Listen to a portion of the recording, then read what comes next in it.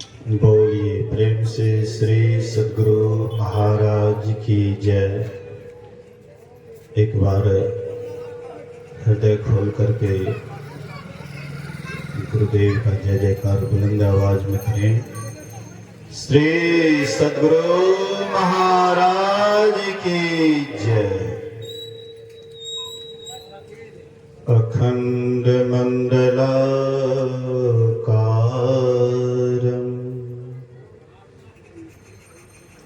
व्याप्तं येन चराचरं तत्पदं दर्शितं येन तस्मै श्री गुरुवे नमः। धन्य धन्य सतगुरु सुखद महिमा कहे न जाए। जो कछु कहाँ तुम्हारी कृपा मौते कछो न बसाए। सर्वत्र सर्वदा वर्तमान सद्गुरु महाराज जी के पावन चरणों में कोटि कोटि नमन। उपस्थित गुरुजन, धर्म प्रेमी सत्संगी बंधुओं, पूजनीय माताओं तथा भक्तिमती बहनों, एक दिवसीय संध्वत सत्संग का आयोजन श्रद्धे लक्ष्मी बाबू के निवास स्थान पर उनके पोते के जन्मदिन के शुभ अवसर पर हम लोग अपराह्नकालीन सत्संग में उपस्थित हैं। हम लोग बहुत देर से पूज्य बाबा लोगों के अमृतमय वचन को श्रवण कर रहे थे।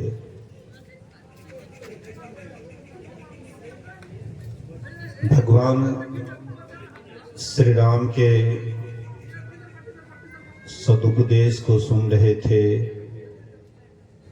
जो प्रजाओं को उपदेश दिए। कहते हैं यहाँ भी सुख चाहते हो और यहाँ से जाने के बाद भी सुख चाहते हो तो मेरे वचनों को सुनो। यह रास्ता सुलभ है, सुखदायक है। जो रास्ता सुलभ हो, सुखद हो, उसमें ढेर आदमी को जाना चाहिए। राम भगवान कहते हैं ये रास्ता सुलभ है और सुखद है। जब सुलभ भी है और सुखद भी है, सुख भी देने वाला है, तो सबको भक्ति करनी चाहिए।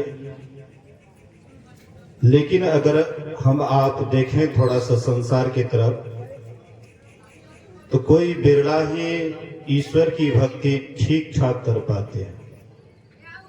करने के लिए बहुत आदमी करते हैं,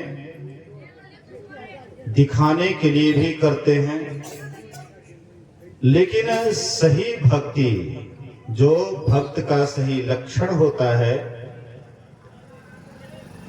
उस लक्षण के अनुसार बहुत कम ही आदमी आपको मिलेंगे। जब सुलभ सुखद दोनों तरह से ये ठीक है तो सबको करना चाहिए, लेकिन फिर भी नहीं करते हैं। गोस्वामी तुलसीदास जी महाराज कहीं पर भक्ति करने में बड़ा सुलभ है ऐसा कहते हैं, और कहीं कहीं पर कहते हैं कि बड़ा कठिन भी है। वही गोस्वामी तुलसीदास जी महाराज जब विनय पत्रिका में लिखते हैं तो कहते हैं रघुपति भगति करत कठिनाई। रघुपति की जो भक्ति है बड़ी कठिनाई है करने में। कहत सुगम, कहते हैं कहना सुगम है, कथनी सुगम है, लेकिन करने में बड़ा कठिनाई है। कहत सुगम करनी अपार, जानई सो जही बनी आई। जो जानते हैं उसी को पता लगता है कि कितना कठिन है, कितना संयम में रखना पड़ता है, कितना जप तप करना पड़ता है, कितना साधन रत रहना पड़ता है। जो करते हैं उसको मालूम है। लेकिन अक्सर हम लोग सोचते हैं कि रघुपति की जो भक्ति है बड़ा सुलभ है, सुखकारी है, इसलिए लोग सुलभता ही के ही कारण भक्ति भी करते हैं, झूठ भी बोलते हैं। इसलिए लोग भक्ति भी करते हैं, नशा भी खाते हैं। इसलिए लोग भक्ति भी करते हैं, हिंसा भी करते हैं। ये जो हम आप देखते हैं मंदिर, मस्जिद, गिरजाघर आपस में तकरार, क्या यही भक्ति का लक्षण है? अपने मंदिर को बचाओ और दूसरे के मस्जिद को तोड़ो, अपने मस्जिद को बचाओ और दूसरे के मंदिर को तोड़ो। क्या यही भक्ति का लक्षण है? यही है भक्त का लक्षण। भक्त कभी भी कोई भी हुआ है तो वह शांत और एकांत में हुआ है। भीड़ में आज तक देखने के लिए नहीं मिला है कि कोई भक्त हुआ है। भीड़ का नाम ही भेड़ है। भेड़ का भीड़ होता है, भक्त का भीड़ नहीं होता है। एक बार गुरु महाराज जी कहीं अधिवेशन में जा रहे थे, पूज्य मोती बाबा भी साथ में थे। ये हट्ठा कट्ठा पहलवान वाला शरीर, तो जैसे जा रहे थे तो कहते हैं कि तुम कहां जा रहे हो? बोले कि अधिवेशन में। तो गुरु महाराज कहते हैं लालों की नहीं बोरियां, हंसों की नहीं पात, सिंहों की नहीं लेरियां, साधु न चले जमात। साधु जमात बना करके चलता है, भागो यहां से। जोर से डांटे और पूज्य मोती बाबा वहां से भागते हैं। भागते भागते दौड़ते दौड़ते वहां चले गए जहां अधिवेशन हो रहा था, वार्षिक अधिवेशन, जहां पर गुरु महाराज जी पधारने वाले थे। दौड़ते दौड़ते, पहलवान वाला शरीर तो था ही, दौड़ते दौड़ते वहां चले गए। तो वहां देखते हैं गुरु महाराज कि हमसे पहले ही मोतीदास आ गए हैं। कहते तुमको बोले भागने के लिए, तो तुम भाग करके अधिवेशन में आ गया? बोले जी हजूर। बोले कि चलो तुम्हारा जीत हो गया। हम बोले भागने के लिए तो तुमको घर भागना चाहिए, और जगह भागना चाहिए, लेकिन और जगह नहीं भाग करके तुम सीधा अधिवेशन में आया, इसलिए तुमने अच्छा किया। मतलब जो साधु होते हैं, महात्मा होते हैं, वे शांत एकांत में रहते हैं। वे अपने मन की हर हमेशा निगरानी करते हैं कि मन क्या कर रहा है, मन क्या सोच रहा है, मन में क्या विचार चल रहा है। हम दूसरे को देखने में ही अपना समय बर्बाद करते हैं। हम अपने आप को कभी नहीं निरीक्षण नहीं करते हैं कि हम क्या कर रहे हैं, हमको क्या करना चाहिए, इस पर थोड़ा सा भी विचार नहीं करते। लेकिन दूसरे की तरफ जरूर अंगुल उठता है। एक अंगुल जब हम किसी को दिखाते हैं तो 3 अंगुल हमें भी इशारा करता है कि तुम कैसे हो। लेकिन हमारा जीवन पूरा बीत जाता है दूसरे को देखने में, लेकिन अपने को कभी हम देख नहीं पाते हैं। यही हमसे सबसे बड़ा कमजोरी है। और जो भक्त होते हैं उसको फुर्सत कहां मिलता है अपने आप को देखने से दूसरे को देखे। वे बराबर अपने आप को ही देखते रहते हैं, अपने आप को ही पहचानने में उसका जीवन बीतता है।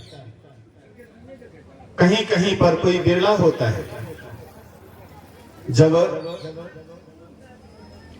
8वां गुरु शरीर छोड़ दिए, सिख धर्म के 8वें गुरु जब शरीर छोड़ दिए तो उसमें बहुत गुरु के दावेदार थे कि हम इसके लायक हैं, हमको गुरुगद्दी मिलना चाहिए, हम इसके लायक हैं, हमको गुरुगद्दी मिलना चाहिए।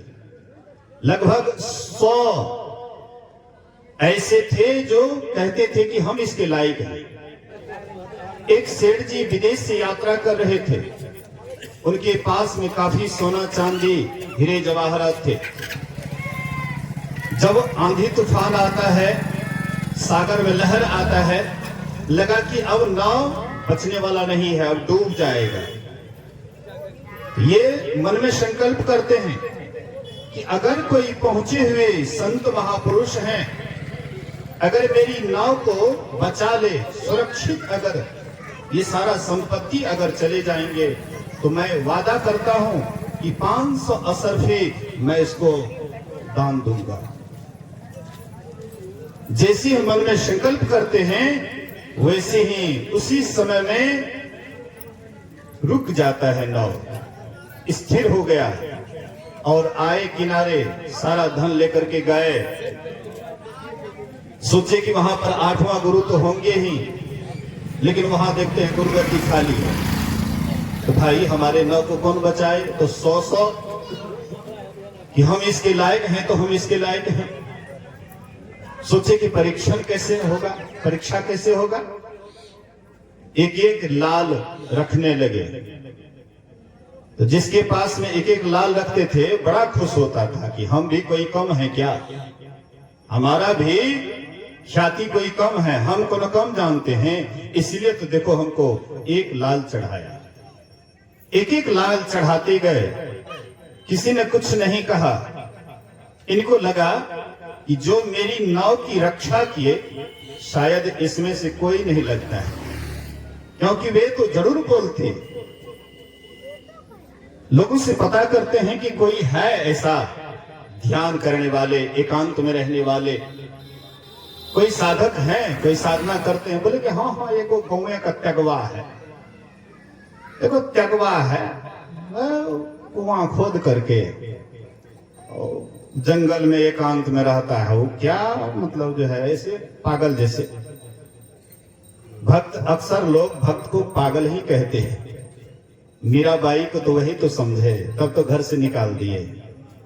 मीराबाई का कितना दुर्गजन हुआ, आप लोग जानते होंगे, बहुत दुर्गजन हुआ। हम आप भी सही सही भक्ति करेंगे तो पूरे परिवार के लोग दुर्गजन ही करेंगे, क्योंकि आपके आचरण में और सांसारिक लोगों के आचरण में बहुत अंतर पड़ जाता है। आप उनके स्वभाव से अलग स्वभाव आपका हो जाएगा। जिसको आप ठीक मानते हैं उनके लिए बेठीक हो जाएगा, और जो वे ठीक मानते हैं वह आपके लिए बेठीक हो जाएगा। इसलिए आपको अच्छा नहीं लगेगा, आप उसको दुत्कार देंगे, फटकार देंगे, समाज से निकाल देंगे। वैसे ही बोले कि वहां एक तगवा है, पागल के जैसे एकांत में रहता है, क्या करेगा। तो वे गए, पता लगाते लगाते गए वहां, और जा करके एक असरफी रखते हैं, जैसे चरण में एक असरफी रखे। बोले कि अरे तुम्हारे नाव को हमने रक्षा किया, देखो मेरे पीठ की हालत क्या है, मेरे पीठ में अभी भी छाल पड़ा हुआ है तुम्हारे नाव को बचाने में, और तुम एक असरफी देकर के हमको ठगते हो। तुम क्या कहा था कि 500 असरफी चढ़ाएंगे, एक असरफी हमको दे रहे हो। समझ गया कि जिसकी मुझे तलाश थी वह मिल गया। बोले कि आप ऐसे छिप करके क्यों रहते हैं। बोले कि चुप हो जाओ, खोलो मत, नहीं तो हमको लोग रहने नहीं देंगे। कहते हैं बोलो मत, कहते हैं कि अब तो मैं बोल ही दूंगा।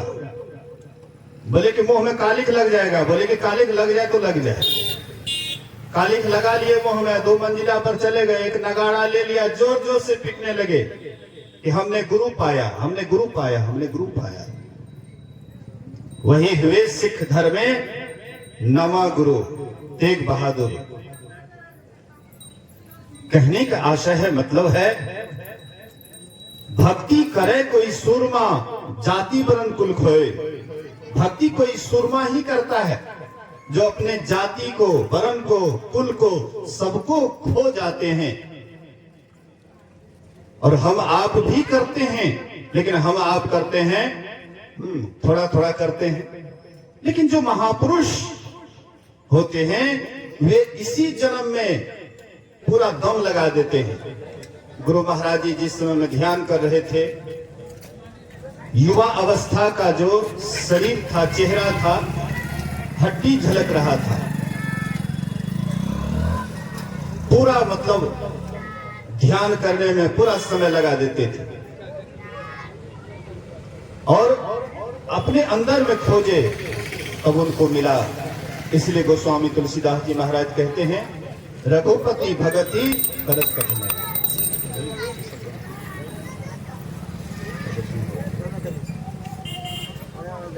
बोलिए श्री सद्गुरु।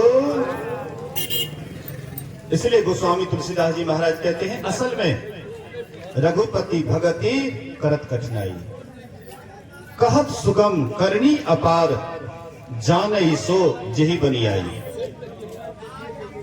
जो जही कला कुशलता कह, सो सुलभ सदा सुखकारी। कहते हैं जो जिस कला में कुशल होता है उसको वह काम सुलभ और सुखदायी होता है। जैसे कोई एक सैनिक है, हमारे देश की रक्षा के लिए दिन रात तैनात रहते हैं और उसके ऊपर आतंकवादी का कब आक्रमण हो जाए इसका कोई ठिकाना नहीं रहता है। वही सैनिक को अगर आप कह दीजिए कि भाई तुम सत्संग में बैठो, 2-4-5 घंटा ध्यान करो, उसको लगेगा पहाड़ के समान, लगेगा कि नहीं ये काम हमसे नहीं होगा। कुछ मजदूर लोग बगल से जा रहे थे और एक महात्मा सत्संग मंदिर में बैठे हुए थे, अपना जब ध्यान कर रहे थे, तो मजदूर लोग बगल से जा रहे थे, कहते थे कि देखो कि महात्मा सब खा खा करके मोटा गया है, देखो खा करके मोटा गया है। तो बुलाए उसको, ए जी सुनो। बोले क्या बात है? बोले कि तुमको ध्यान करना है, तुमको हम कितना मजदूरी मिलता है? तो 200-300 मिलता है, तो चलो हम 300 रुपया तुमको देंगे, लेकिन तुमको और कोई काम नहीं करना है। स्नान करो, नया धोती देते हैं पहनो और बैठो ध्यान पर। 1-1 घंटा 5 बार बैठना है, शाम में तुमको मजदूरी पूरा का पूरा मिल जाएगा। सबको स्नान करवाए, कपड़ा पहनवाए, उसके बाद बैठे ध्यान पर 5-10 मिनट बैठे, उसके बाद उसुक पुसुक करने लग जाते हैं, शरीर हिलने डोलने लगता है। बोले क्या है? हिले डोलो मत, बढ़िया से बैठो। 5 मिनट, 10 मिनट, 15 मिनट, 20 मिनट, उसके बाद बाबा का पैर पकड़ लिए, बोले कि बाबा हमको मजदूरी ठीक है, हमको मजदूरी बढ़िया है, हर दिन मजदूरी करेंगे, आराम से पैसा 300 रुपया मिलेगा। ये आंख बंद करके काम नहीं चलेगा, आंख बंद दबा गए। लोग सोचते बड़ा हल्का है, ध्यान करना, साधना करना बड़ा हल्का है, लेकिन जो करते हैं हकीकत में उनको पता है कि कितनी कठिनाई है। मन को सब ओर से मोड़ना, मन हम आप लोगों का बराबर विषय में ही दौड़ते रहता है। यह मन हर हमेशा दौड़ते रहता है, लेकिन इस मन को विषय की तरफ से मोड़ करके निर्विषय की तरफ चलना क्या सबकी बस की बात है? आपके सामने में पूरा परिवार का लोग रहता है, एक दूसरे को देखते हैं, गपशप करते हुए जीवन बीत जाता है, सोचते हैं ऐसे ही ध्यान भजन होगा। ध्यान भजन के लिए सब ओर से मन को मोड़ना पड़ता है, ईश्वर के चरणों में जोड़ना पड़ता है। हर हमेशा जप ध्यान की तरफ ही मन लगा रहता है। जब आप गप करेंगे तो जप नहीं होगा, और जप करेंगे तो गप नहीं होगा, दोनों एक साथ नहीं हो सकता है। अगर गप की प्रधानता देंगे तो जप आपसे नहीं हो पाएगा, और जप की प्रधानता देंगे तो आप गप से डरेंगे, गप से अलग रहेंगे, गप आपको अच्छा नहीं लगेगा। गप लगेगा बड़ा कैसा लगेगा आपको? एक रामावतार बाबा थे, हैं, ये शुरू में जब ब्रह्मचारी बन रहे थे तो उनके मन में हुआ कि गुरु महाराज के पास जाएंगे, और गुरु महाराज जी जो आशीर्वाद मांगने के लिए कहेंगे तो गुरु महाराज से मांगेंगे कि हमको साधु वाला आशीर्वाद दीजिए कि साधु बन जाए।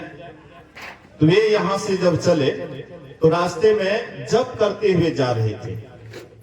अब कोई रास्ते में जो लोग मिलता था तो सोचे कि नजदीक जाएंगे तो शायद ही हमको गप में लगा देगा, तो कोई तेजी से चलते थे तो धीरे धीरे चलते थे, कोई धीरे धीरे चलते थे तो तेजी से चलने लग जाते, मतलब किसी से गप नहीं हो और जप ही हो। तो वहां से चलते चलते गंगापुर से चलते चलते गए कुप्पा घाट। और जैसे पैर हाथ धो करके गुरु महाराज को प्रणाम करते हैं तो गुरु महाराज कहते हैं, मांगो क्या मांगते हो, मांगो क्या मांगते हो। कहते हुजूर भक्ति दे दीजिए, आप अपना भक्ति दे दीजिए। गुरु महाराज कहते, भगीरथ उठाओ जूता, इसको 5 जूता मारो। तो भगीरथ बाबा उठाए, धीरे धीरे मार रहे हैं। गुरु महाराज कहते, जोर से मारो, भक्ति मिलेगा, भक्ति दे रहे मिल मारो कैसे। ऐसी गुरु महाराज की कृपा हुई, वे ब्रह्मचारी हो गया, अभी तक ब्रह्मचारी बने हुए। मतलब कहने का, जब हम भक्ति करने के लिए चलते हैं तो गप को जीतना पड़ेगा। हम आप जब अकेले होते हैं तो सोचते हैं कि ओह कोई मिल जाता तो गप करते, अपने यहाँ कोई नहीं मिलता है तो पड़ोसी के यहाँ चले जाते गप करने के लिए।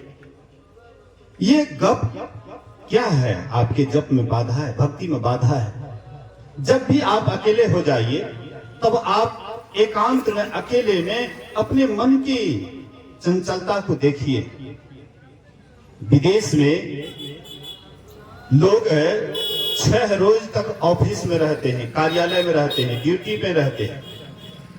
सबका मन ड्यूटी करते करते ऊब जाता है, कार्यालय में रहते रहते ऊब जाता है। जब 7वां दिन जब छुट्टी का होता है तो सबके मन में होता है कि छुट्टी होगी तो हम लोग जाएंगे सैर करने के लिए, घूमने के लिए समुद्र के किनारे। और जब रविवार के दिन सब कोई निकलते हैं तो रास्ते में इतना भीड़ हो जाता है कि 3-4 किलोमीटर गाड़ी को उधरे रखना पड़ता है। इतना भीड़, वहां जाते हैं लोगों को खड़े होने का भी जगह ठीक से नहीं मिलता है, इतना वहां पर जाम हो जाता है। इससे बढ़िया था कि अकेले आप कमरा में एकांत हो जाते, अकेले हो जाते, किसी से बात नहीं करते और अपने आप का निरीक्षण करते, अपने आप को देखते। लेकिन हम अकेले तो रहना चाहते नहीं हैं, हम तो भीड़ भाड़ में ही रहना चाहते हैं, भीड़ भाड़ को ही पसंद करते हैं, भीड़ भाड़ में ही रहना चाहिए। गुरु महाराज कहते, नित्य सत्संगति करो बनाई, अंतर बाहर 2 विधि भाई। कहते 2 तरह से सत्संग करो, एक बाहरी सत्संग करो जहां पर धर्म का कथा होता है, धर्म की कथा होती है, ये बाहरी सत्संग है, ये भी चाहिए, लेकिन केवल यही चाहिए। अंतर सत्संग ध्यान अभंगा, अकेले अगर रहने से तुम डरोगे तो आत्मोन्नति के शिखर पर कभी नहीं पहुंच पाओगे। इसलिए अकेले रहो, रही एकांत, एको मन बसिया, आशा माही निराशा, अगम अगोचरु देख दिखाए, नानक ताका दासो। कहते हैं राहे एकांत, जो भक्त होते हैं, ईश्वर के भक्त होते हैं, वे अक्सर अकेले रहते हैं। राहे एकांत, एको मन बसिया, वे अपने अंदर में एक को ही बसा करके रखते हैं। आशा माही निराशा, आशा में रहते हुए निराशा रहते हैं, संसार में रहते संसार से परे रहते हैं।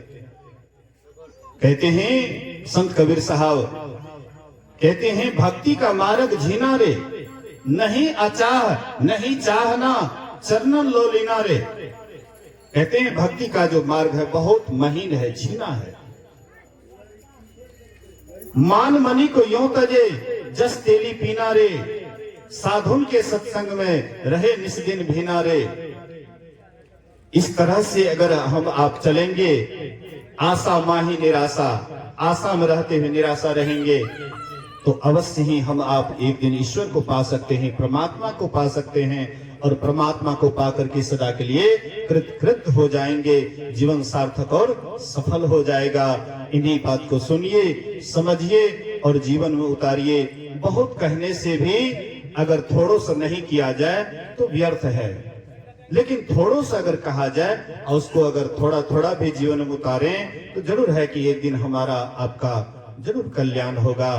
तो ये जो सत्संग करवाए हैं लक्ष्मी बाबू अपने पोते के जन्मदिन के अवसर पर मैं गुरु महाराज से प्रार्थना करता हूँ कि वह बच्चा दीर्घायु हो, इधर की भी विद्या में वे आगे बढ़े और बाद में अध्यात्म विद्या को भी पा करके इहलोक परलोक दोनों जीवन उसका संवरे। इसी वचन के साथ अपने वाणी में विराम देता हूँ। बोलिए प्रेम से श्री सद्गुरु महाराज की जय।